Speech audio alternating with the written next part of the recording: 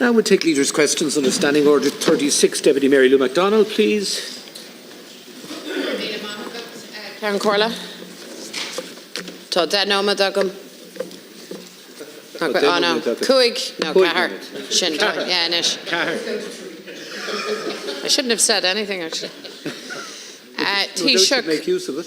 Taoiseach, your government has displayed incredible incompetence in recent days in dealing with migration and returns to Britain.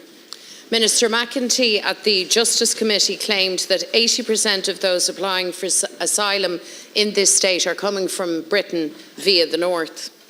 At the weekend, your Taoiseach then carelessly jumped in 2 feet first, pointing to Britain's Rwanda deal and claiming that it had led to an increase in people crossing the border, despite him not having any evidence to that effect. His error of judgment was a gift to the Tory party, a Tory party desperate for a row with Europe, with Ireland, with anyone on the issue of migration. And then yesterday, Micheál Martin went on to tell a press conference in London that Minister McEntee's claim about asylum seekers crossing the border is not based on statistics, evidence or data.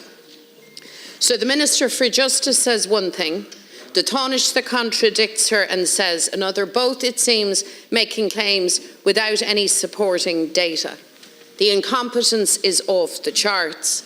At a time when we need calm and an assured response, we get panic.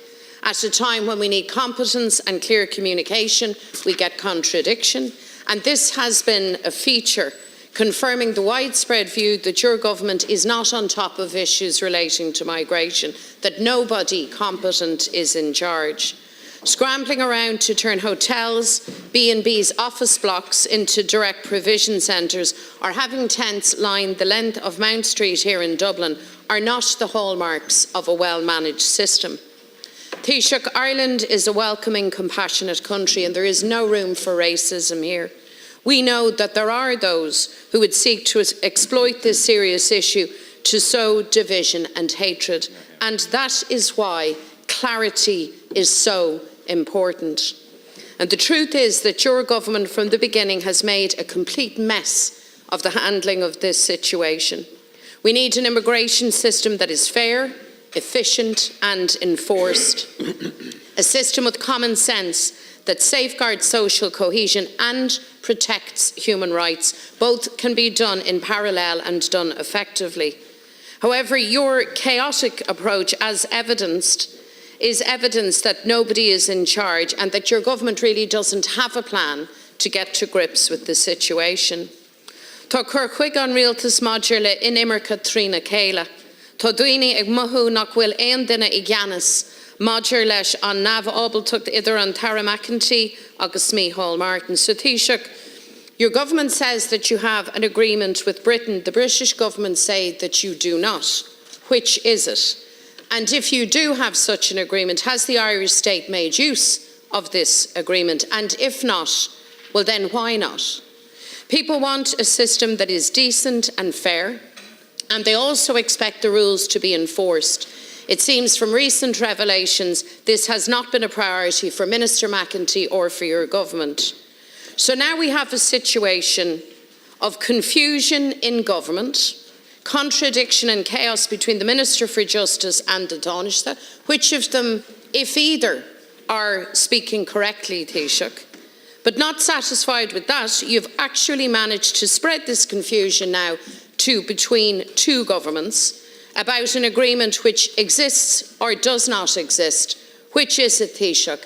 And can you please bring clarity now to these questions here this afternoon? Thank you very much, Deputy MacDonald. Taoiseach, please. Well, Garmagat, and firstly let me agree with your comments in relation to this being a welcoming country, and let me agree with your comments in relation to there being no room for racism in the country. And I think it is important that we live in a country where the leader of the government and the leader of the opposition can come together in our national parliament and say that. And I think that's important, and I welcome that. Let me say this, though. There is no confusion and there is clarity, because the reality of the situation is, as you know, and as you know better than most, we have a common travel area between the United Kingdom and between Ireland. And as you know, again, better than most, I would imagine. That is a really important common travel area. It's something we value. And as you also know, that when Britain made the decision to leave the European Union, there was an agreement put in place, one that indeed has been confirmed by the British government today, in relation to an operating agreement for migrants, for refugees to be returned in both directions. So if somebody was coming here from the UK or indeed vice versa. It's also true to say, and again a statement of fact, that in March our High Court in a ruling said that there wasn't an adequate legislative basis for this.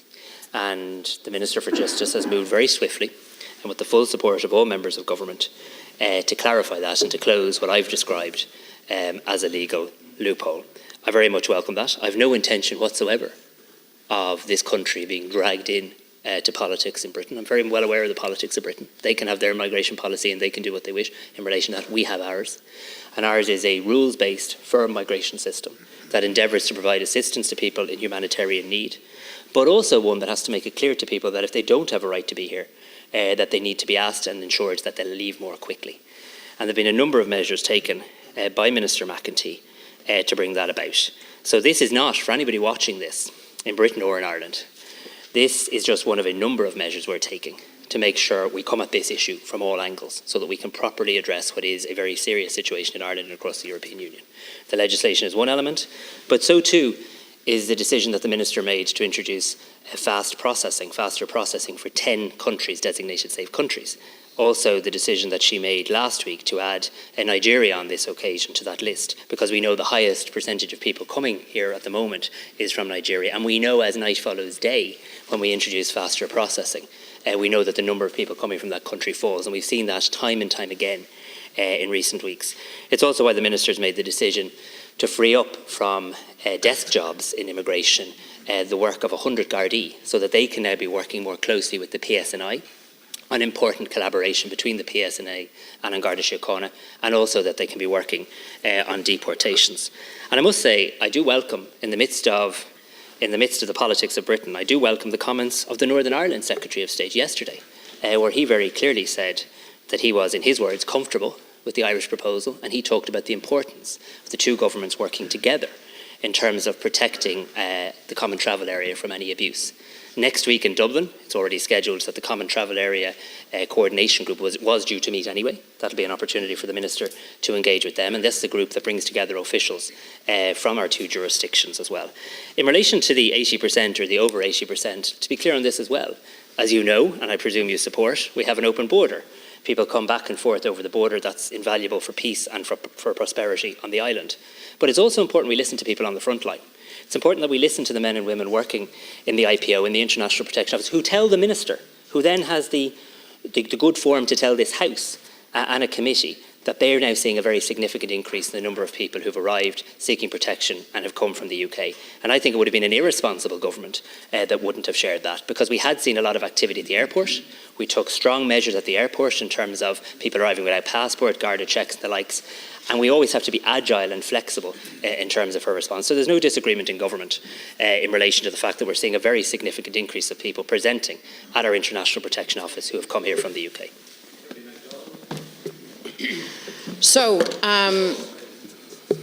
you claim now that there is clarity with the British government.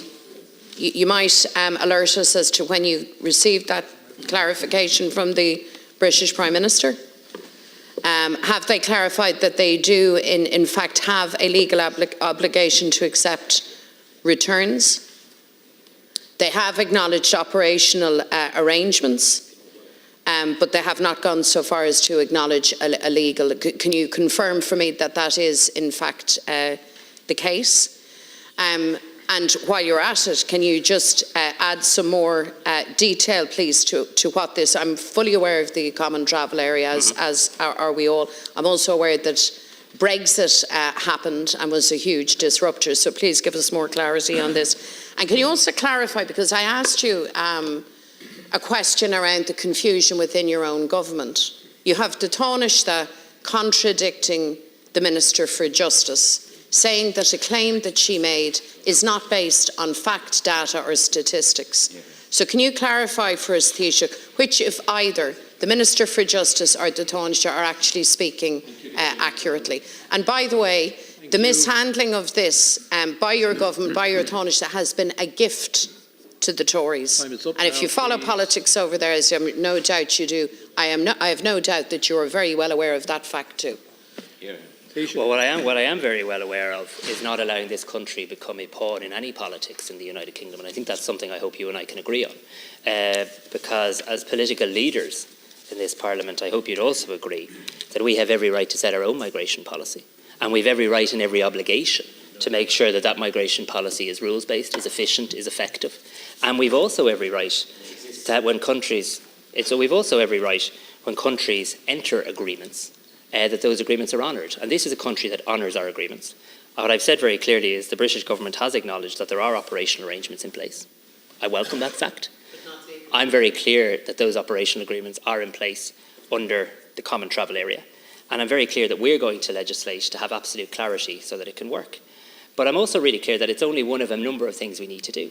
And I think the more significant thing that's been done in recent weeks is not actually the legislation today, but is the faster processing time, because we know that that is what happens, that is what helps make a very positive impact in terms of reducing the numbers of people coming to our country. In relation to the 80%, and very briefly, that is the figure based on what the Minister for Justice was told, and the government and all members of the government accept and understand that. The point that Taoiseach was making was not in contradiction. He's making the point there isn't a definitive count taken of the number of people that go over the border. You know that, I know that. But this is based on the information that we see in the International Protection Office, and we do well to listen to the people on the front line processing those applications. That's not an answer. Taoiseach, the recent debate on immigration has been dominated by disinformation. And that's regrettable, because it's essential we stick to the facts. Because when we talk about immigration, we're talking about people who are seeking refuge here in a country that is a welcoming country. And disinformation is making this country less safe for everyone. Communities are suffering because of far-right activity and because of a rise in racism, and we all condemn that.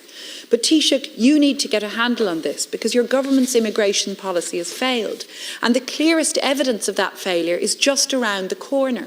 Hundreds of people now sleeping in tents and makeshift shelters in desperately unsanitary conditions on Mount Street. I was there again this morning, meeting with some of those people, also speaking with local residents and traders who are sympathetic to the desperate plight of those in tents, but also deeply frustrated at the deteriorating situation, with more and more tents each day, no access to sanitation, no sign of any action from government. It is inhumane and unsustainable. You have no accommodation strategy, even while big public buildings like Bacik Street Hospital sit scandalously idle nearby. So Taoiseach, you're not even on top of the situation when it comes to reliable data on immigration. The Minister for Justice has been unable to give accurate figures on migration, and it's extraordinary to rely on, apparently on anecdote, when we see so much disinformation circulating and when we see cynical attempts to turn a delicate situation into an election issue. There is a clear need for EU states to act in concert on this, but the migration pact announced by the EPP, your party's European grouping, is incapable of addressing the underlying causes of inward migration into Europe, and it has glaring deficiencies on human rights. Your predecessor refuted the allegation that this amounts to a European Rwanda scheme, but it seems you're now not just looking to introduce something like the Rwanda scheme, but rather to enforce the Rwanda scheme itself. Last month, we've just spoken about this, saw a High Court decision that Ireland cannot designate Britain as a safe third country for the purpose of returning people seeking asylum. And you may have had approval today at Cabinet to introduce emergency legislation to redesignate Britain as a safe third country. But there are two serious issues with that proposal. First, under Section 21 of the International Protection Act, a safe third country is only safe for a particular applicant if that country is willing to readmit them.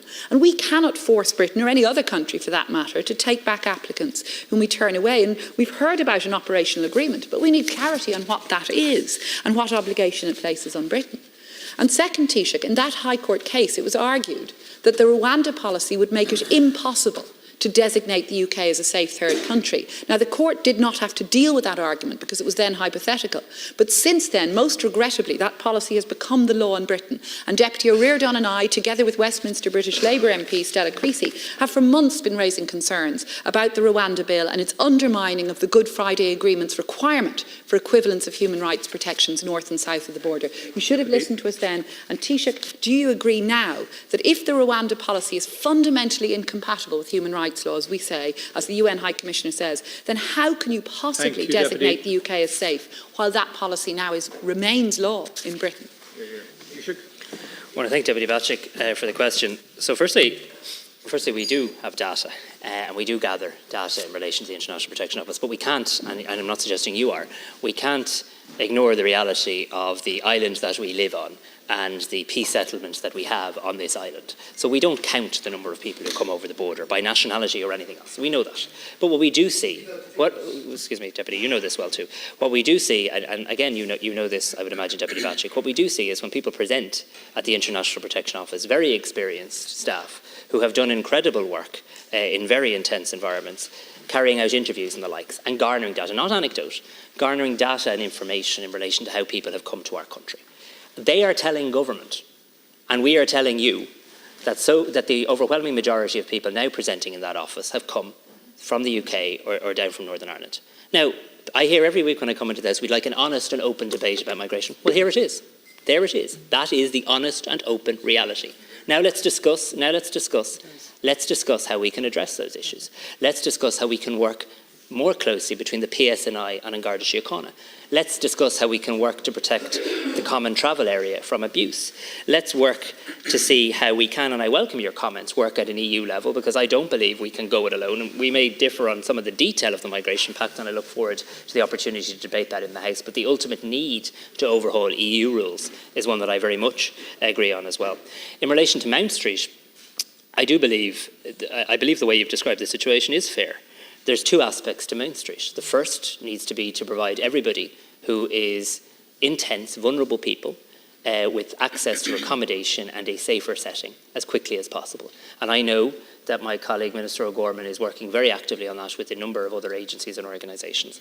The second thing, though, has to be, and that's happening, and the second thing has to be, you don't have to shake your head, it's happening in my constituency. The second thing is this: once we clear Mount Street and provide people with a safer setting and access to sanitation, we do need to make sure that the laws of the land are applied, and it's not allowed to happen again, because we don't live in a country where makeshift shanty towns are allowed just to develop. We don't live in a country where we don't, and we can't, because the laws of the land are there. So I'm telling you very clearly, the plan is to provide the people on Mount Street with better accommodation and access to sanitation, and then not to allow a situation where ad hocery can come about in terms of the development of accommodation. I think that's a really important thing to do. And I think the people on Mount Street and the people in your constituency, Deputy, would think that's an important thing to do as well. In relation to the legislation that the Minister will bring forward, the Minister today received permission to draft. The Minister intends to enact legislation by the end of this month, and she will outline in that legislation how she intends to respond to the issues that were brought to the fore by the High Court in March of this year. And I believe there is a way of doing that. So too does the Attorney General, the Minister, and all of the government. And in relation to Rwanda and everything else, it's not the policy of this government, but we do obviously have to make sure our rules are enforced, and it's really important. People in this country want to see a rules-based migration system. Deputy Bacik. Well, Taoiseach, I raised with you three specific points on which I sought a response from you and on which your government has failed in its approach. First, on the provision of accommodation, of safe shelter, and I'm glad to hear you say that safe shelter will be provided to those currently forced to sleep in tents on Mount Street, but we need to know when. I've been engaging, as of all the other local reps, with the Minister O'Gorman on this, but we're deeply frustrated, as are residents, as are the men themselves on this in tents. So we need to know when that will happen. Secondly, the data issue. We need to know where that data is coming from. We understand there is no provision currently for gathering the data on how people enter. We need to know more than just conjectured figures plucked from the air by the Minister, and that's crucial in order to create that fair, efficient and rules-based migration process that we in Labour want to see also. And on the Rwanda bill, we need clarity on that too, because you say an operational arrangement is in place with Britain, but what is it? There's a clear difference of approach coming forward from British Prime Minister Sunak on this. Will you publish that agreement, and what obligation will it impose on the British government? And, you know, we're all conscious, of course, of the importance of the common travel area. And Taoiseach, may I say, after Brexit, all parties were united in wanting to see no hard border imposed. And it's baffling to see some Republican parties apparently now reneging on that ideal of no hard border on the island of Ireland. And that's deeply unhelpful. So, Taoiseach, we need clarity on the issue of accommodation provision, on data, and on how you are going to deal with the impact of the Rwanda bill. Taoiseach. So I think it's fair, or objectively fair, to say the government's failed on accommodation. I don't think there's a community across Ireland who believes that, because if you look at the scale of challenge this country has faced and the amount that we have done as a people to provide accommodation in very difficult circumstances, I think that does need to be absolutely acknowledged. And there are no easy solutions when it comes to accommodation. But quite frankly, I don't believe, again, I'm not suggesting you do this, but all too often in our migration debates in Ireland, we start the migration discussion from an accommodation supply point of view. That's the wrong place to start. We need to start from a migration rules-based system, the efficiency of our system, that people who don't have a right to be here are asked to leave more quickly, that we can actually stand over the rules that are in place, because that's what people are getting, I believe, right across this country frustrated about. They want to help people in need, but they also want to know that there is a functioning rules-based system, as there is, and as Minister McEntee has taken a number of measures to make more effective. In relation to the data issue, I mean, I'm very confident that the information that has been provided to the government in relation to processing times is exactly what people are seeing in the international protection offices. The department's firm assessment, based on the experience of staff and others working in the field, and based on the material they're gathering at interviews, is that over 80% of applicants applying for protection have entered over. Pardon me? That's not. No. Sorry, I speak for the government. Let's not have an agreement. Yeah, I speak for the government that the Taoiseach is a part of, and I'm very confident in saying that the Taoiseach, the Taoiseach, myself as Taoiseach, and all members of the government and all parties in the government are very clear in relation to this. The Taoiseach made a valid point yesterday that doesn't contradict Minister McEntee's point. Thank you very much. Deputy Michael Lowry, please. Subsidised provision of fibre broadband across all regions of the country is critical to Ireland's economic and social progress. Despite being plagued by delays, National Broadband Ireland has stated that it is confident that all 227 deployment areas will be completed by early 2028. While the broadband project may be almost 4 years away from its projected completion, existing commercial suppliers of broadband, like Imagine, which services large parts of the country, now have an immediate and serious financial viability problem. Imagine are now closely examining their immediate future in the market, and the outlook for them is bleak without government support. Imagine is one of the key suppliers of high-speed broadband using fixed wireless access technology. They currently have 47,000 customers across every county in Ireland. 2,400 of those customers are in Tipperary. These are predominantly rural connections. 40,000 of their customers fall into the defined national broadband intervention area, which ensures that they will be connected to high-speed broadband within 4 years if the projected completion dates are met. If Imagine is forced to wind down in the coming months without a planned transition to NBI, there will be a blackout for an unsuspecting 47,000 customers. The impact of this would be catastrophic. Allowing the unplanned wind down of this commercial provider would set back the impacted regions across the country for years. The threat posed to businesses, to emergency and medical services, to schools, to remote workers, to farmers, and to all local service providers is incalculable. Community centres, local charities and sports clubs would lose an invaluable local link. Communicating online with loved ones abroad would almost become impossible. Homes and businesses that depend on having reliable contact would be cast adrift. Positive advancements made around rural regions of the country would begin to evaporate. Restoring them could realistically take decades. It would plunge large parts of the country back to pre-broadband days. Government needs to give serious consideration to this very real eventuality. Taoiseach, I'm asking that you and your relevant ministers would urgently meet with existing suppliers such as Imagine. Government needs to identify a constructive plan that will ensure the continuation of high-speed broadband services while work is underway to roll out the national plan. Provisions must be made for the real possibility that thousands of people in Tipperary and across the country are facing blackout if private broadband suppliers pull the plug and the only services currently available to the customers. Thank you. Taoiseach.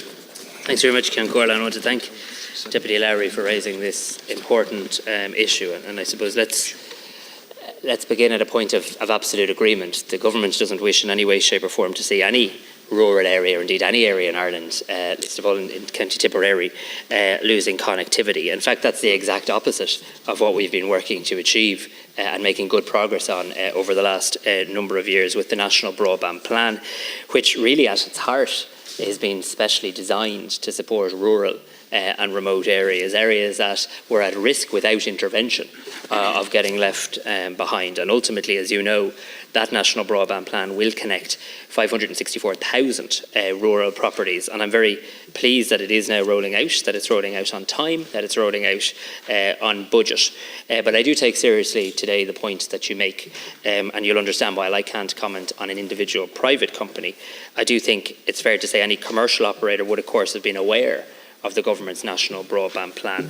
There are regulatory processes that do need to be observed, but I do know that the Department of Communications has been engaging with the company, and I would encourage that engagement to continue for the reasons that you've outlined.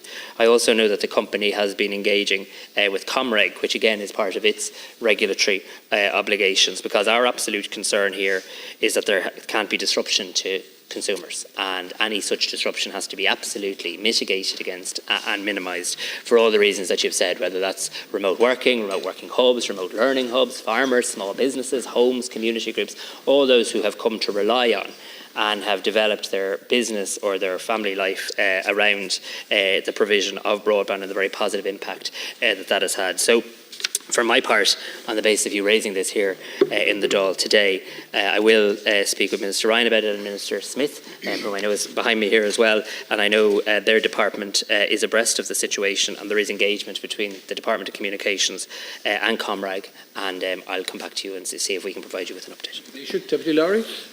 I welcome the fact that you acknowledge that we can't have disruption and that it should be avoided. So there's a myriad of issues that threaten people if Imagine and the other broadband suppliers decide to leave the market in advance of the arrival of the national broadband rollout.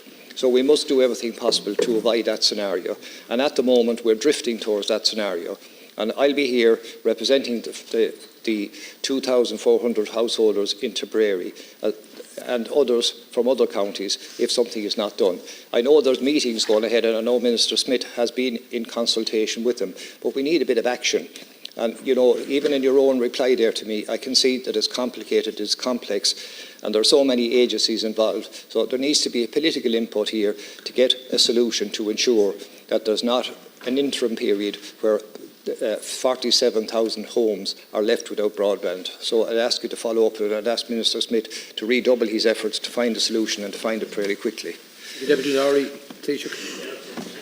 Lowry for raising this issue, and Minister Smith has been here to hear the comments directly, and Minister Smith and Minister Ryan will continue to keep you updated on this. Obviously, as I've said, I can't certainly comment on an individual company for obvious reasons. There is a regulatory process and engagement with the department and with Comreg, but I do, as Taoiseach of this country, want to make sure that we don't have a scenario where rural areas lose connectivity, because we're all trying to move forward with the rollout of the National Broadband Plan to make sure that connectivity is brought to every part of this country, and most particularly to rural and regional Ireland.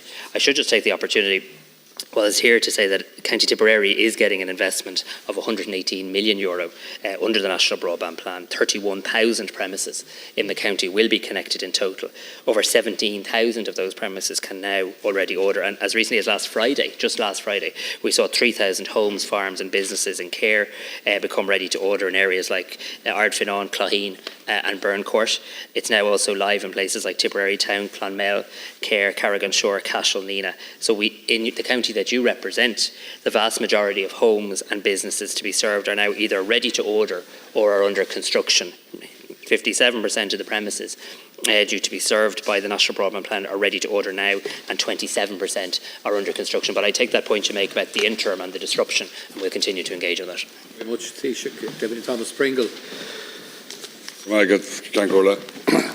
Taoiseach, I know many of us in this chamber are extremely concerned about the reactionary right-wing content, conspiracy content and misogynistic content that has become increasingly popular on social media in recent years, and which is starting to filter in and contribute to societal issues in Ireland today.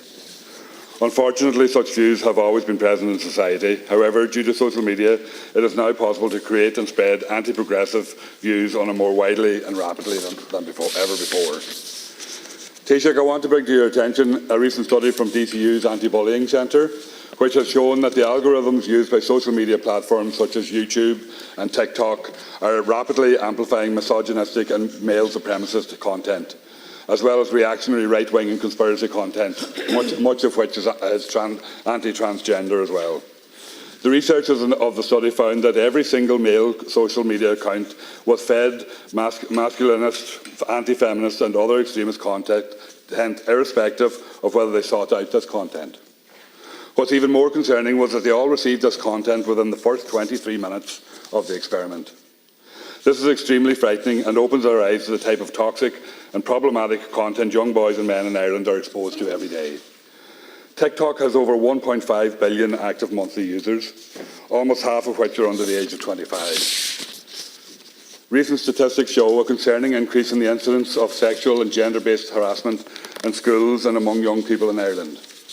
According to Women's Aid, there has been an increase in the number of women reporting experiences of sexual and gender-based abuse and harassment both online and off. There is no doubt that there is a link between the growing abuse faced by women and girls and the recent rise in male supremacist content online as well. It has been shown that such content has also served as a gateway into far-right spaces. The study shows that many male accounts were also recommended reactionary right-wing content with a focus on anti-trans and anti-woke content, and few were also even shown conspiracy content, often regarding large-scale government control. This is incredibly alarming, and it is clear that the recent rise of the far right in Ireland goes hand in hand with the rise of this content on TikTok and YouTube as well. The DCU study noted that anti-feminist, male supremacist and far-right narratives merge together into a seamless and mutually compatible set of talking points, collectively underpinned by the logic of conspiracy. The research paper is a worrying and disturbing read, and I was truly horrified to discover the type of content and messages that young Irish men are being exposed to. It really is no wonder that we are seeing the devastating effects of this in reality. Messages like masculinity is under threat because of female empowerment and government brainwashing, or that the idea of the family is threatened by LGBTQI+ rights, or the suggestion that depression isn't a real mental illness and it makes men weak, are incredibly concerning. This is a serious problem, Taoiseach, and it links in with the earlier question we've had here today as well, I think, and one that is only becoming more and more mainstream as well. So how are you going to address it? Thank you. Taoiseach. Yeah, I want to thank Deputy Pringle for raising what he's right is an extraordinarily serious issue, and just in listening to your final few words there, it's a real reminder of all of the progress that we've been beginning to make together as a society in destigmatising some issues and promoting equality, and the risk that being undone or damaged by online dangerous use of social media is very pertinent. I must say I met the DCU Anti-Bullying Centre in my past capacity in government. I'm very grateful for the work they do, and I'll make it my business to familiarise myself with the report that you've just raised. I mean, online safety for children, for young people and indeed for all citizens is a key priority for government. In fact, I was only speaking to Minister Martin about this as recently as today. It is an issue that I know she takes very seriously, but indeed all of government, and I think everybody in this House needs to take seriously as well. That's why we did pass the Online Safety and Media Regulation Act in 2022, and it's why we did establish a new online safety and media regulator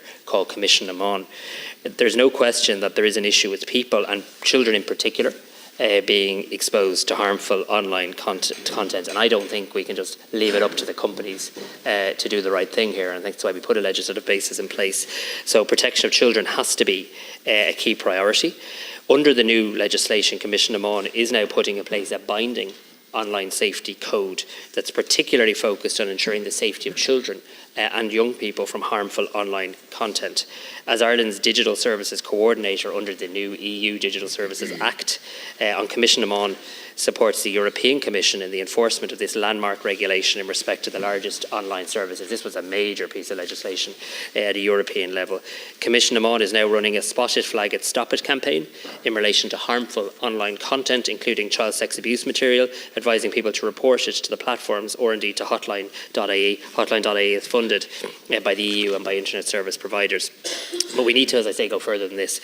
The public consultation in respect of online safety codes closed at the end of January, and Commissioner Namon is now currently analysing the feedback from the public consultation. The draft code does set out the actions that video sharing platforms like TikTok, like Facebook and like Instagram must take to protect the interests of particularly younger users. For the first time, there will be, for the first time in the draft codes, there will be specific obligations around age verification, which I think is important. The draft code also provides requirements to operate effective risk mitigation measures in relation to profiling algorithms and age-inappropriate recommendations, some of the issues that you've raised as well. Under our legislation, harmful online content includes online content linked to 45 criminal offences, including harassment, threats and certain harmful content not linked to criminal offences, such as serious cyberbullying, the promotion of eating disorders, self-harm and indeed suicide. Failure to comply with an online safety code can lead to the imposition of a very significant financial sanction, Ceann Comhairle, of up to €20 million, or 10% of your turnover, and continued non-compliance can lead to criminal sanction for company directors. Pringle.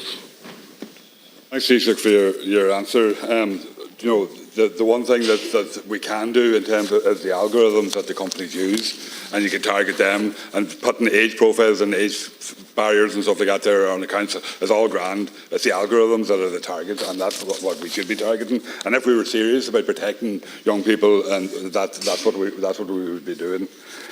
You mentioned also in your response, Taoiseach, that the ban against harmful content and the online safety code and stuff like that there. How many prosecutions have actually taken place in relation to that at that stage? Because I think that would be very interesting to see how they actually are happening and how they're actually performing, if it is performing at all. Because what's here, plain to be seen here, is that these companies are all based here in Ireland. They all have their headquarters here in Ireland. They have data centres here in Ireland, but yet we use that they use those algorithms to target young people, and we can actually act to make that happen. To Deputy Pringle, look, I think the approach we need to take to this is we need to hit them where it hurts, in their pocket, in their financial balance sheet, and that's what we intend to do under legislation that I imagine you in fairness probably supported, and I think a lot of people right across this House supported as well, because it's not just about asking the companies nicely, do they wish to do things. This is far too serious an issue for our children, it's far too serious an issue for our country, it's far too serious an issue for so many public policy areas, and indeed on occasion for democracy. Social media can bring about incredible benefits, platforms I'm known to use, but also there needs to be protections in place and obligations legally on these companies and sanctions if they don't comply. That's what we intend to do through Commissioner Mon and through turning now these draft safety codes into full online safety codes with full legislative effect shortly as well. The codes aren't in yet, so in answer to the prosecution answer, that is the truthful answer. The consultation finished at the end of January. Commissioner Mon is now analysing them, and the process of progressing them is ongoing and needs to proceed with urgency. There are, though, a number of European investigations, European Commission investigations under the Digital Services Act, including a live investigation into what they call TikTok's recommender systems and whether that issue of the algorithm does indeed protect children or not. But I do want to finally assure Deputy Pringle that in the draft online safety codes in this country, that issue around the algorithm and profiling algorithms is something that will be addressed. We move now to the order of business in accordance with Standing Order 36. I call on the Government Chief Whip, Hildegard Naughton, to move that the arrangements for the week's business be agreed to. I move. Not agreed. Deputy Michael McNamara. Yes. Yeah. Wait, no, give me a chance. Yes. Deputy McNamara first. Last week we heard the very chilling words of Aoife Johnston's mother. We told her she was in the best place possible, but she wasn't. That has destroyed what little confidence there was in the Midwest in the A&E unit. We're very good at addressing the injustices of 40 or 50 years ago in this House. It's absolutely necessary. I commend you for it. But we need to deal with the injustices of today and the failings of this state today. Can we find time to discuss the A&E in UHL and what the government is going to do to restore confidence in that vital state facility, please? I want to, Taoiseach, call for a debate on children's healthcare. And in doing so, I want to raise a very important point with you, because on the 16th of April, it was your first leaders' questions, as you recall. Uachtaráin Sinn Féin Seachta McDonald raised the very serious issue of children with scoliosis and spina bifida with you. And your response on the day was not to give full answers, but was to mislead the Dáil and to spread misinformation about Sinn Féin's alternative health budget. You will have seen Deputy, that the journal.ie did a fact check. Sorry, wait now. It's not in order. It's not in. Sorry, look. Hold on a minute now. It's not in order to accuse the Taoiseach of misleading the House. He did that. Other than by way of substantive motion. Not in order. I am simply making the point that, independent of me and Sinn Féin or Fine Gael, the journal.ie did a fact check and found the Taoiseach's claim to be false. I say again, they found your claim to be false. So I'm asking the Taoiseach in good grace to withdraw the false claim that he made. But more importantly, Taoiseach, I'm asking for a debate on this issue, because last week I raised with the Taoiseach the issue of Liam Dennehy from County Kerry. Today I can raise with him the case of Paddy Murphy, a 14-year-old, again in the media, pleading with the government to ensure that his surgery will happen. He's waiting since 2020, and that debate should take place as quickly as possible. Taoiseach, we are deeply concerned by the reports today about government's plans to review or abandon Ireland's triple lock system, and we want to know when the debate is likely to take place. I see the Taoiseach is bringing proposals to Cabinet today on the basis that he says the triple lock leaves decisions on deployment of Irish troops in the hands of China and Russia, which isn't the case, because of course the legislation underpinning the requirement for UN approval specifies that authorisation can be provided by the Security Council or the General Assembly, where there is no veto in that way. So I do hope we'll have the opportunity, Taoiseach, to debate this proposal before it comes before us by way of legislation, if indeed that is what the government is proposing. And I see the Taoiseach saying that legislation will be before the House before June. So I think it would be important that we'd have the opportunity to debate it. Deputy Gannon. Your sense to where Hoyas office, one of your big statements in advance was to say that you would immediately convene a task force to address safety in the city of Dublin. Taoiseach, can I ask, when should we expect an update on that task force? Who's on it? When will a report? I know last night again a tragic stabbing incident happened on Tara Street. We cannot wait for 12 weeks for something you forced the right said would be immediate. So when should we expect an update on that task force? Is it Deputy Gina Kenny? Concur with Deputy McNamara in terms of a debate, and particularly around the inquest after Eva Johnson's death. I think it's in the public interest, not only in Aoife's family, but the public interest at whole, that we have a debate in the coming days or weeks in terms of what happened in Limerick University Hospital and also ED departments across the state. Deputy Conall Berry. We have concerns about the scheduling of the Stage 2 debate on the Defence Amendment Bill on Thursday afternoon. Now, I suppose a number of the most active members of the Defence Committee are actually abroad on business on the day. And we're concerned that it would be a very, very poorly occupied chamber, which would reflect very poorly on the House. So we would ask that the debate be just postponed a few days. Perhaps you could swap out the Defence Amendment Bill debate and swap in Deputy McNamara's suggestion there. It's just a suggestion for a solution. Thank you very much, Ken. Deputy Matthew McGrath. The abject failure of your government's policy in migration is causing division, and it's causing a huge division. And what happened in Newtown Mount Kennedy last week is causing a huge questioning about the Garda Síochána, who I support all my life, and we need to support them. They can't police without the support of the public. But the heavy actions up there that would reminiscent of Northern Ireland with RIC and B specialists was shocking. And I've been contacted by a number of people up there. I've been contacted by. Please, can I speak, Concola? Can I speak without the commoners left interrupt me? Can I speak, please? Thank you. And I've been contacted by independent candidate John Larkin and indeed business people out there. We need to have a serious evaluation of how we're dealing with this. Putting out that number of migrants out there into tents in a wet, soggy field with no environmental evaluation or any evaluation in the community. 5 miles up the road from your Taoiseach, less. Please, I beg you in the name of the Lord to just imagine, evaluate what you're doing and the division you're causing between the Irish people and our Garda Síochána who have protected us for decades and want to keep protecting us. But this is heavy-handed tactics from Drew Harris and his gang. It's just a shocking situation. Deputy Violet Anwin. Deputy Violet Anwin. I would also call for statements as soon as possible on UHL Emergency Department, specifically because it's the only region in the state that doesn't have a supporting Model 3 hospital currently. And we are experiencing grossly overcrowded numbers on a daily basis, never mind the number of inquests that we know are currently taking place.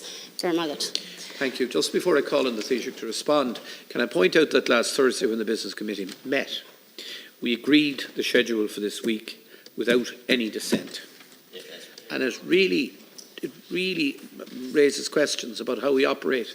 If we all come into a meeting on Thursday and we agree a programme and then we come in here on a Tuesday and because whatever has appeared in the national press, we go off on a... Anyway, Taoiseach, please. Very much, Cian Corda. Thanks to deputies for raising a number of issues. I'm very open, as is the government, to having a debate in this House in relation to University Hospital Limerick at the appropriate time. I think that's something that should be arranged through the Business Committee. But I would just point out this in extending all of our sympathies to the family of Aoife Johnston, and I know we're all united in that and thinking of them.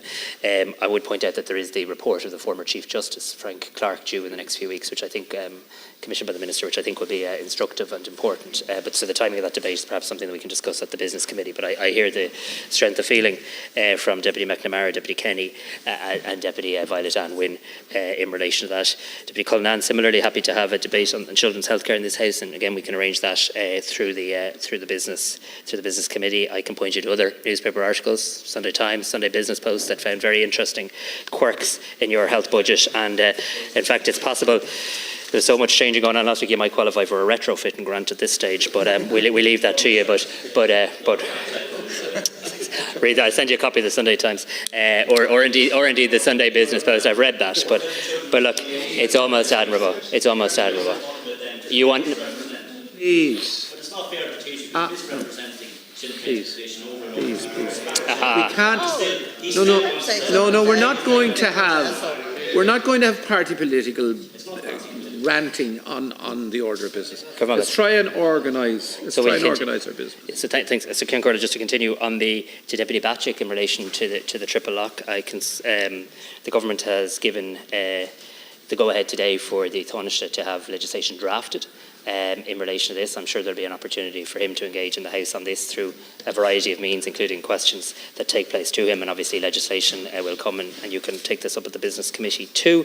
Deputy Gannon, in relation to the task force, I hope to bring proposals to Cabinet on that as soon as next week, certainly in the month of May, and very happy to engage with you once I've done that as well.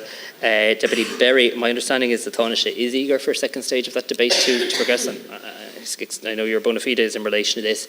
My understanding is there'll be plenty of time at committee and then it'll be back to the House. It was obviously gone through the Business Committee without dissent this week. And look, Deputy Maddie McGrath, and I say this respectfully, Cian Corda, I don't think in this House we should refer to members of An Garda Síochána as a gang. These are sworn members of An Garda Síochána. Shame on you, and condemn the attacks on the Gardaí that happened in my constituency, in my communities this week. Nobody in this country has a right to attack a man or woman of An Garda Síochána, and you should condemn it outright, but of course you won't. Are the proposed arrangements agreed to? Agreed. Thank you. Well, they are agreed. Nobody dissented. So, on the order of business, Deputy Mary Lou McDonald, please. Taoiseach, your programme for government committed you to upholding Ireland's triple lock neutrality protection.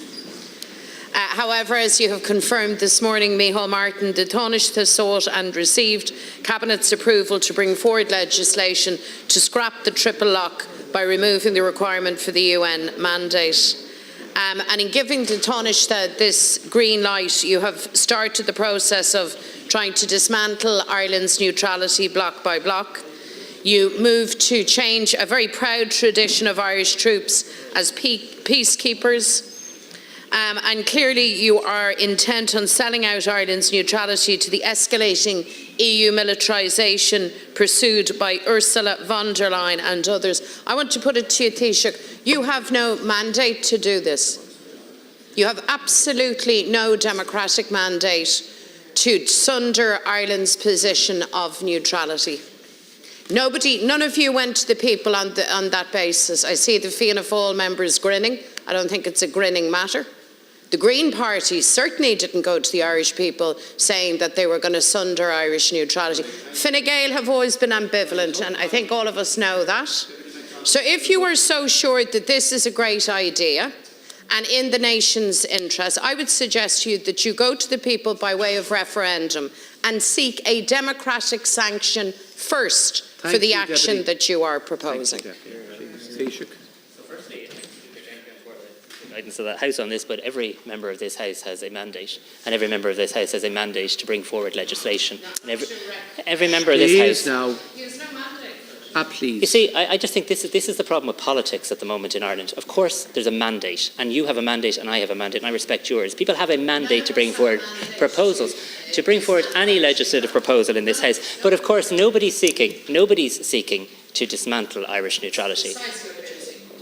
That's amazing. Do you ask the questions and answer them, or do you know what I mean? Am I needed here at all? Because you're asking me a question and I'd like to answer it, because I was at the Cabinet meeting today where we considered the issue in relation to the triple lock. And unlike you, I don't believe Russia should have a veto on where our peacekeepers go. That is the effect today, Deputy McDonald. If you keep the triple lock, the UN Security Council can veto. Well, I look forward to debating that with you. I look forward to debating that with you. And I welcome your support. I welcome your support. I welcome your support for Óglaigh na hÉireann as well. Deputy Bacik. Last week, US President Joe Biden approved $26 billion in new funding for the Israeli regime, and he says that funding for weapons for Israel is conditional on compliance with international humanitarian law. Yet the evidence that Netanyahu and the Israeli government are breaking international law is overwhelming, as we see the appalling figure of nearly 35,000 civilians in Gaza now killed, and Gaza's Civil Defence Agency reporting that it uncovered nearly 340 bodies at the Nasser Hospital in Khan Yunis. Preparations to send troops into Rafah continue, with the appalling consequence that is likely to have. So we've seen an Israeli response to that awful Hamas attack in October, which has been disproportionate, brutal and patently unlawful. So Taoiseach, will you engage, or have you engaged with the Biden administration to make clear Ireland's opposition to this additional funding to arm Israel in their war? And what progress have you made with other EU states on recognition of Palestinian statehood and more severe sanctions upon Israel? So I have very clearly outlined the Irish government's position, and I believe the position of the people of Ireland in relation to the need for an immediate cessation of violence, and the need for all people who believe in that to use all levers at their disposal to help bring that about. That's why at my first European Council meeting I reiterated Ireland's call for a review of the association agreement with Israel as well, because I think if you put human rights clauses into agreements, I think that has to count for something. And I'll continue to do that. I haven't had specific discussions with the Biden administration in relation to the specific issue that you've raised in relation to the state of Palestine and recognising the state of Palestine. I, the Taoiseach, that the government wish to recognise that. The state of Palestine, I believe you do too. We wish to do it because if you believe in a two-state solution, it's helpful to recognise the existence of both states. I would like to do it at a time when a number of European states are wishing to do it, but I don't wish to wait around on this for too long, and I hope to be in a position to provide an update to the House on this in the coming weeks. Holly Kearns. Count Corlin. Taoiseach, there are now 13,866 people living in homeless emergency accommodation, the highest number in the history of the state. Tragically included in this figure are 4,147 children. This represents a 56% rise in child homelessness since this government took office. 56% in just 4 years. Taoiseach, the reaction of the Minister for Housing to this grim milestone being reached was a disgrace. He actually welcomed the increase in homelessness figures. He welcomed them on the basis that the monthly increase wasn't as big as it usually is. Is that what this government is now reduced to?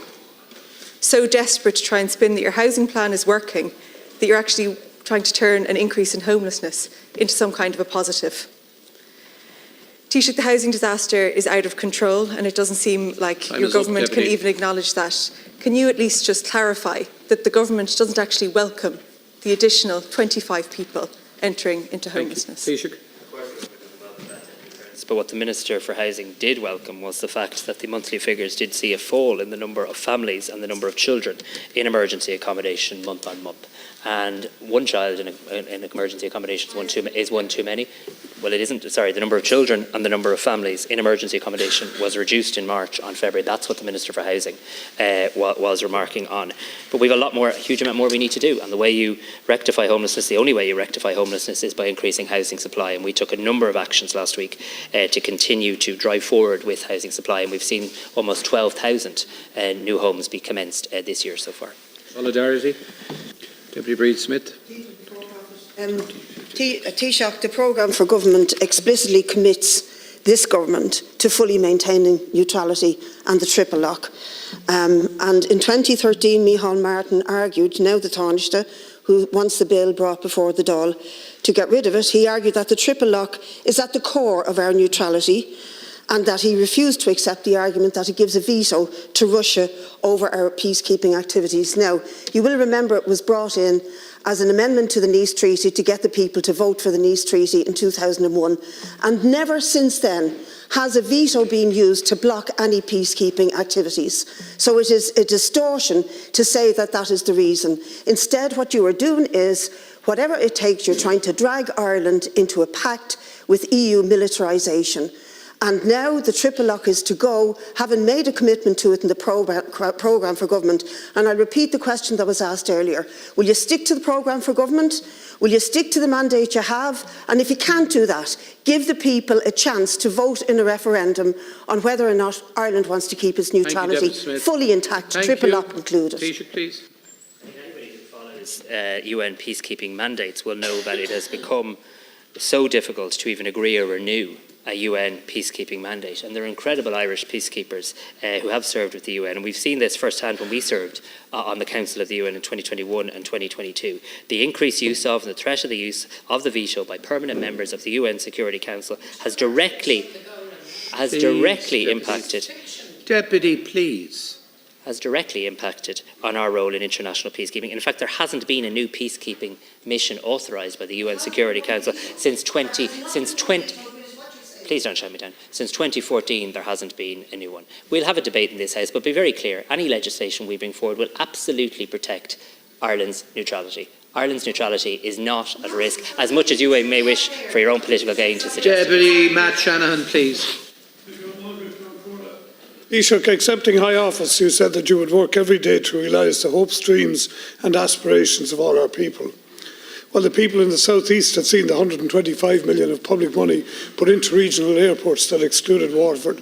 We've seen the 2 billion capital programme into Dublin Airport, and that is before discussion of the Metro boondoggle that the state is about to embark on. The previous Taoiseachs to you in this 33rd Dáil have committed to Waterford airports. The Waterford, Wexford and Kilkenny councils have agreed to put in money.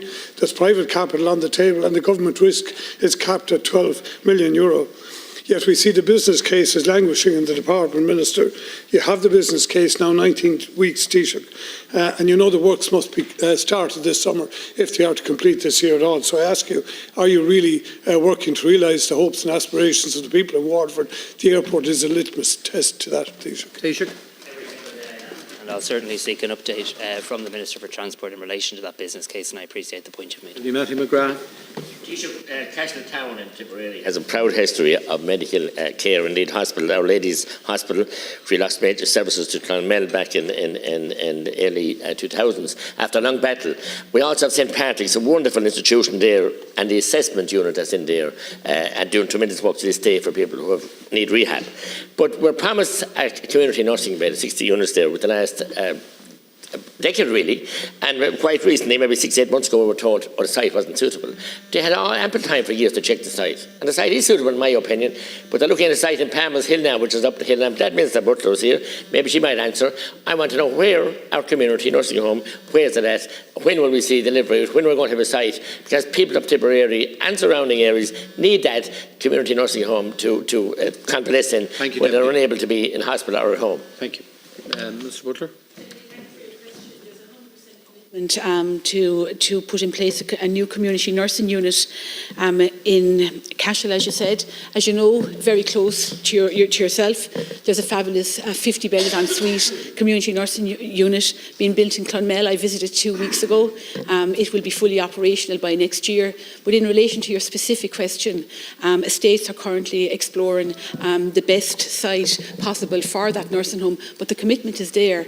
The previous government in 2016 undertook at that time to rebuild 90 CNUs, the length and breadth of the country. 48 of them are complete. There's another 42 to go. Cashel is included in that. And I had the honour last Friday of actually opening a fantastic CNU in Ballyshannon in Donegal, 37 million of an investment. So yours is next. It's on the list and it will be delivered. Thank you. Deputy McNamara. Earlier, you told Deputy McDonald about the importance of this state being able to frame its own migration policy. You told Deputy Bacik about how important the open border with Northern Ireland remains. Taoiseach, that's exactly what the Irish people voted for in the Lisbon Treaty when we had an opt-out on the asylum area. Now, Taoiseach, aspects of the Migration Pact are, I believe, beneficial to this state, but aspects of it certainly aren't. There are 10 different legal instruments, all of which were voted on separately in the European Parliament. I understand that it is currently proposed that this Dáil, and notwithstanding the importance of the mandate that you've espoused, that this Dáil will be given one vote. It's take them all or leave them all. That's profoundly undemocratic. Will we get to vote individually on these legal instruments? Thank you. Taoiseach. To discuss that, as you know, and as you've been participating in, the Justice Committee is currently giving consideration to the issue of the Pact. I believe the committee asked for more time. I think it was sensible that time was provided, and then the government will consider matters as they come back to the Dáil. What I would say, though, is in addition to the vote on the Pact, obviously any decision in relation to the Pact will require legislation, which will obviously provide all deputies in this House with an opportunity to vote line by line, item by item also. Deputy Brendan Smith. Taoiseach, there is a very urgent need of in-person day services restored at the Irish Wheelchair Association Centre in Cavan Town. Recently and unfortunately, these day services ceased due to staffing shortages. This has caused understandable annoyance and concerns to service users, their families, and indeed the IWA personnel at local level. These services are of critical importance to users. Services have been reduced to an outreach-only model with Zoom meetings, online activities and visits to homes. Lack of pay parity for Section 38 and 39 organisations is an issue here, Taoiseach. On becoming aware of the imminent cancellation of day services, I made strong requests to the Minister for Disabilities and the HSE to give additional support to the IWA to deal with present difficulties. I know from Minister Rabbitte that there has in the meantime been engagement between the HSE and the IWA, and the bottom line is that we need in-person services restored as quickly as possible with appropriate state support. Thank you, Can Corda. Thank you, Taoiseach. Brendan Smith for raising this important issue. I value the work done by the Irish Wheelchair Association. I see the benefit of it across the country. I'll certainly take an interest in the issue you've highlighted around Cavan Town and the service there, and I welcome the fact that Minister Rabbitte is working very hard on this matter, and I'll talk to the Minister on it also. Deputy Brian Ledden. Taoiseach, most people in this House know that a very historic election is taking place in Limerick on June the 7th, and I must declare I'm a candidate in that election, but I assure you that it isn't the reason that I'm raising this particular issue. This is the election for directly elected mayor, the first in Ireland's history that will happen in Limerick, and you and I both know that this isn't simply about electing a ceremonial mayor, it's about electing an executive mayor. Effectively, it's like electing the county manager for Limerick on June the 7th. And what I'm getting on the doors is people don't quite understand that. I do think there's a deficit in the campaigning by the state and the department in helping the people to understand that this is historic, not simply because the people are going to vote for the mayor, but because the mayor's role actually is going to be an executive role as well. I think, Taoiseach, as a government, we can do more about helping the people understand the importance of this new office. Taoiseach. I'm reminded of the political adjective wishing you luck, but not too much. But I do wish you luck in your campaign. And look, I'll certainly raise the matter with the Minister for Housing. I very much appreciate the importance of this election to the people of Limerick. Limerick will be the first part of our country, the first city and county to vote for its directly elected mayor. That office comes with very significant powers, responsibilities, and opportunities, and indeed, I would imagine learnings for the rest of the country. So I take very seriously the point you've made, and I'll raise it with Minister O'Brien. Thank you, Deputy Martin Kenny.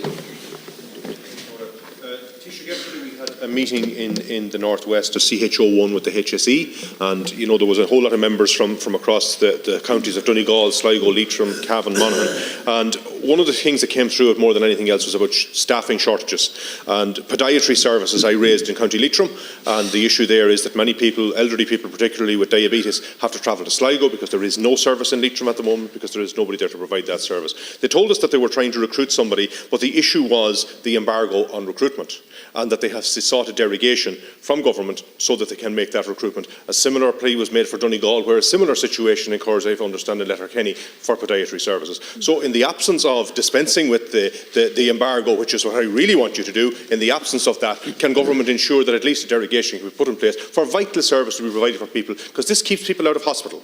This keeps people out of the waiting list and out of our corridors where they're queuing. So we need to ensure that where possible, staff can be recruited and need to be recruited. So, Minister, will you ensure that those embargoes are dispensed with?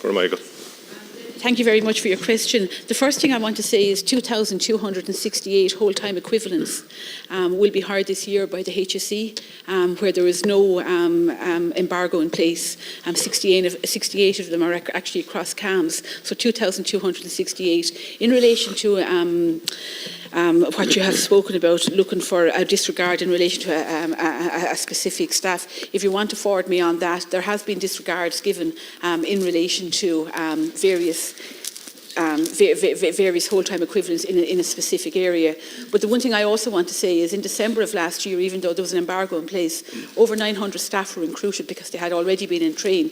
And also, as you know, there is no there is no moratorium, for example, on newly trained nurses. There's no moratorium in relation to consultants. So I can certainly, if you want to send me on the details, have a look at that for you. Thank you, Deputy Michael Healy-Rae. Thank you very much, Taoiseach. On the 19th of December, Liam Dennehy Quinn was deemed urgent for an operation for scoliosis. He's now living in UHK for the last 23 days. He's becoming more rigid and potentially inoperable, and is at the risk of needing 2 operations rather than 1 and longer stays in the hospital. His curve was 92 degrees in February. His mother Pamela is worn out. His grandmother Mary is worn out. His life is in danger, and his well-being is being jeopardised. An unconfirmed date is being spoken about, given by a nurse after constant questioning by his dear mother. What do we have to say or do inside here to take care of this 13-year-old lovely boy who's languishing inside in a hospital room inside a university hospital, Kerry, because he's not good enough to go home? The 24-hour-a-day care he needed home isn't there for him. And again, I'm asking you for the second time, but I'm not asking. I'm on my bended knees begging you, will you please ask the Minister for Health to intervene directly before it's too late for this young boy? His family have gone through enough, and I'm not fighting with you. I'm not arguing with you. You know I'm not criticising you. I'm just asking you to please act for this young little boy. He's 13 years of age, and he needs a chance at life. Please. That's very well made. Taoiseach. This situation for Liam on behalf of his mother Pamela and his grandmother Mary. You did raise it with me last week. You also wrote to me in relation to the issue last week, and I have been in contact with the Minister for Health in relation to the situation. I will do that again this afternoon. Deputy Richard Boyd-Barrett.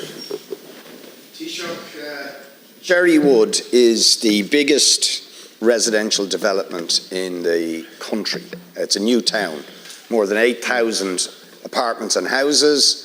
There were probably about 25 to 30,000 people living in there. Many of the apartments and houses are being built. Millions of public money have gone into it. But Hines, the wealth asset management company and main developer, has given clear indications to the council that it's not going to build the town centre. So we'll have they'll have made huge profits from the development, but they're indicating they're not going to build the town centre. And the whole point of Cherrywood was we would have the services and the infrastructure to serve the houses, to have a 10-minute town, but now it's not going to have a town centre because this developer, it seems, has us over a barrel. So I want to know, thank you, Deputy. The time is up. What can the government do to intervene in this situation up, Deputy, to make sure developers who've made a lot of money out of that development Deputy, deliver the town centre they were supposed to? I know Cherrywood very well. I'll certainly ask the Minister for Housing to reply to Deputy Boyd Barrett directly. We're out of time. With 4 remaining deputies, I'll take 30-second questions from each. Deputy Eamon O'Keefe.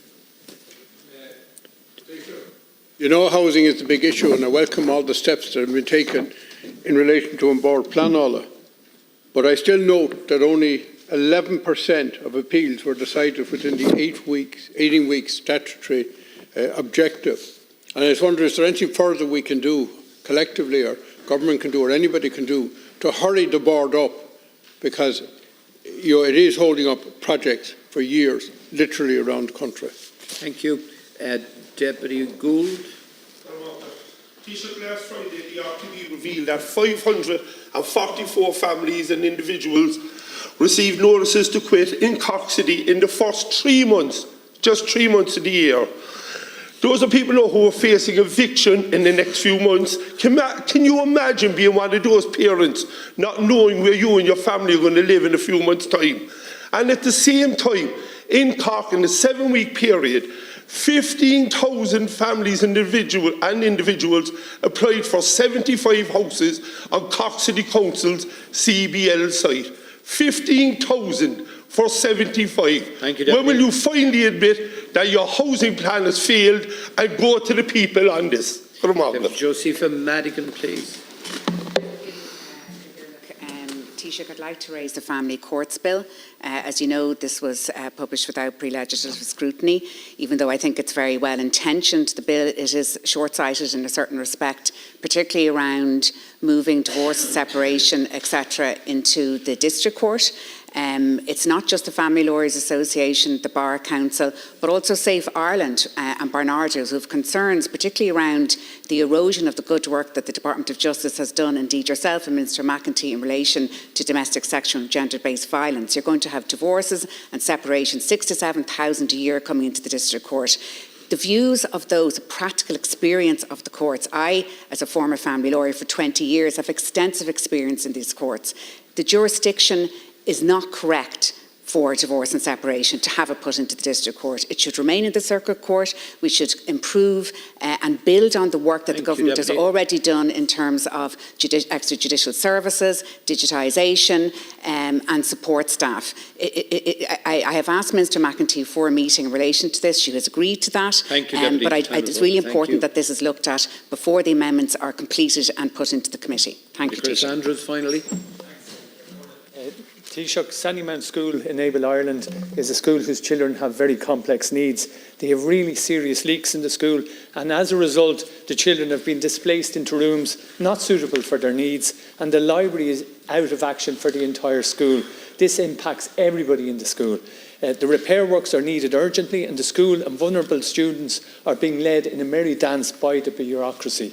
Intervene, Taoiseach, and bring some common sense to this matter and ensure that the works are completed as a matter of urgency. Now, Taoiseach, 4 questions very briefly, please. Certainly raise that issue with the Minister for Education in terms of the need for the works to be completed at Sandyman School for the benefit of the children and Enable Ireland, and I'll come back to you directly on it. Deputy Madigan, I note your experience in this area and your passion for it. I also know it's a priority area for Minister McEntee, who should put a lot of work into it.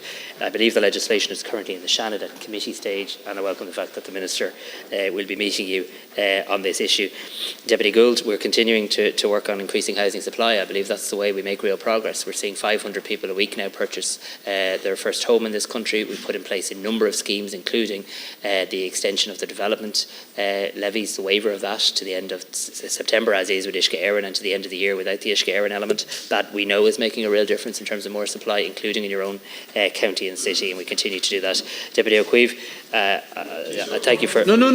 Your question... Sorry. The question has been dealt with. Deputy O'Keefe, just look, in relation to the issue around Board Planola, as you rightly say, Minister O'Brien has been working hard in this area, increasing the resources into the board. I know he'll want to do more in that space. I'll support him in relation to that. But I do also think the planning bill, which I think we need to get passed by the summer recess, is a major piece of landmark legislation to update and overhaul our entire planning system.